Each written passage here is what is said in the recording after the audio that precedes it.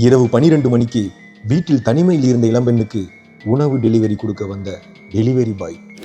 1 மணி நேரம் நடந்த சம்பவத்தை நினைத்து இரவு முழுக்க தூங்காமல் தவித்த இளம்பெண். தொட்டு மலையில் தன்னோட தாகத்தை தணிக்க நினைத்த டெலிவரி பாய். நடந்த சம்பவத்தை வெளியில் சொல்ல சங்கடப்பட்டு மனசுக்குள்ளே பூட்டி வைத்து தவித்த இளம்பெண்.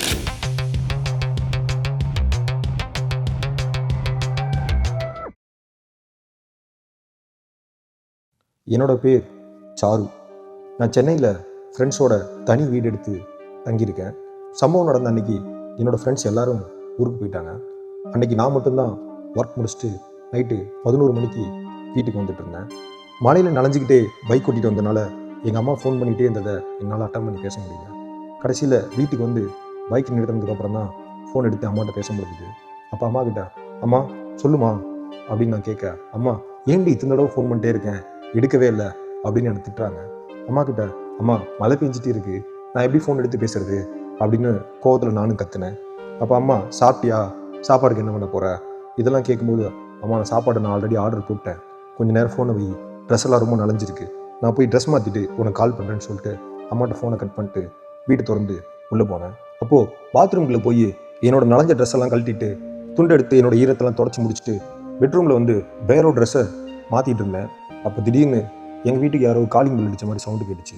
நானும் வெளியில் போய் கதவு திறந்து பார்த்தா டெலிவரி பாய் வாயில் சிகரெட் வச்சுட்டு மேலே புகையை ஊதிக்கிட்டேன்னு நின்றுட்டு இருந்தார். நான் பார்த்துட்டு எனக்கு ஒரு நிமிஷம் பயமாயிடுச்சு.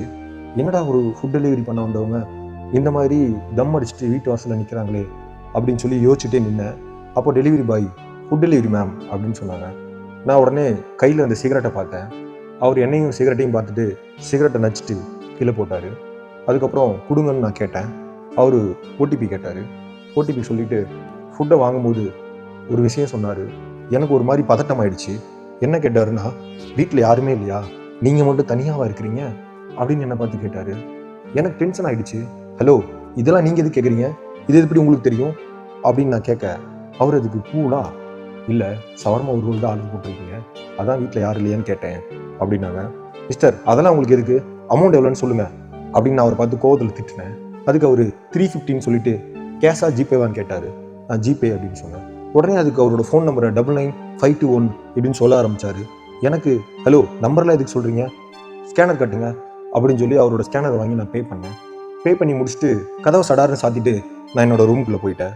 ஆனாலும் ரூமுக்குள்ளே போனதுலேருந்து எனக்கு ஒரு மாதிரி திக்கு மனசு அடிச்சுட்டே இருந்தது. அந்த சவர்மா ரோலை சாப்பிடக்கூட எனக்கு தோணலை. அப்படியே டேபிளில் வச்சுட்டு நான் ஒரு மாதிரி யோசிச்சுட்டே இருந்தேன். அப்பன்னு பார்த்து திரும்பவும் அந்த காலிங் பெல் அடிக்குது. எனக்கு திரும்ப போய் கதவு திறக்க ரொம்ப பயமாக இருந்தது. சரி இருந்தாலும் காலிங் பெல் அடிக்கிறாங்க, யாருன்னு பார்க்கலான்னு பொறுமையாக போய் கதவு திறந்தா அந்த டெலிவரி பாய் கிட்டத்தட்ட ஒரு 5 மினிட்ஸாக எங்கேயும் போகாமல் அங்கேயே நின்றுட்டு இருந்து எங்கேயும் எனக்கு காலிங் பெல் அடிச்சிருக்காரு. என்னன்னு நான் கேட்டேன். அதுக்கு அவர் என்கிட்ட, ரொம்ப தாகமாக இருக்குது, தண்ணி கொஞ்சம் கிடைக்குமா அப்படின்னு சொல்லி என்கிட்ட கேட்டார்.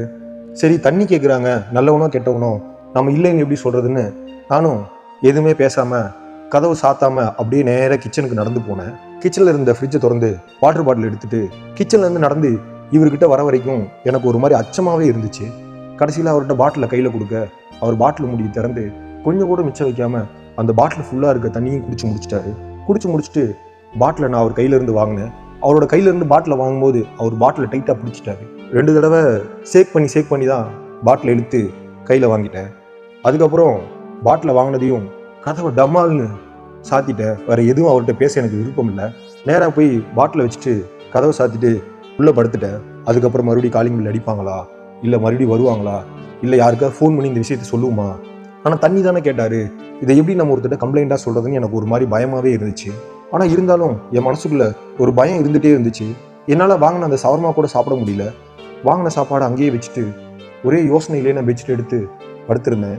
நைட் ஃபுல்லாக எனக்கு தூக்கமே இல்லை. அதே என் மைண்டில் ஓடிட்டே இருந்துச்சு. அன்னைக்கு தான் ஃபுட்டு வெளியில் ஆர்டர் பண்ணி சாப்பிட்டது நான் கடைசி நாள். இது என்னோடய ஃப்ரெண்ட்ஸ்கிட்ட சொல்கிறது கூட ஒரு மாதிரி எனக்கு அசிங்கமாக இருக்குது. இதை நான் என்னன்னு சொல்கிறது, இது ஒரு கம்ப்ளைண்ட்டாக சொல்கிறதா, இல்லை இந்த மாதிரி தண்ணி கேட்டாங்க நான் அவங்களை தப்பாக நினச்சின்னு சொல்கிறதா, இல்லை அவர் எதுக்காக 5 நிமிஷம் வாசல்லே வெயிட் பண்ணாருன்னு எனக்கு இப்போ வரைக்கும் தெரில. பட் இதை யார்ட்டையா ஷேர் பண்ணணும்னு என் மனசுக்குள்ள தோணிகிட்டே இருந்துச்சு. அதனால தான் என்னோடய ஃப்ரெண்ட்ஸ்கிட்டையோ ஃபேமிலிக்கிட்டையோ சொல்ல முடியாத விஷயத்த நான் இதில் உங்களோட ஷேர் பண்ணிக்கிறேன். இந்த இடத்துல நான் என்ன பண்ணியிருக்கணும் அப்படிங்கிற உங்களோட அட்வைஸும் கமெண்ட் பண்ணுமாறு கேட்டுக்கிறேன். இப்போ இந்த சாருக்கு நடந்த மாதிரி சில சம்பவங்கள் உங்கள் வாழ்க்கையிலேயே நடந்திருக்கலாம். வெளியில் சொல்ல சங்கடப்பட்ட சில விஷயங்கள் இருக்கலாம். இந்த மெயில் ஐடிக்கோ இல்லை இன்ஸ்டாகிராம்லையோ நீங்களும் டைப் பண்ணியோ வாய்ஸ் மெசேஜாக அனுப்புங்க. உங்களுக்கு நடந்த சம்பவத்தை ஷேர் பண்ணிக்கோங்க. இதில் கண்டிப்பாக போஸ்ட் பண்ணுறோம்.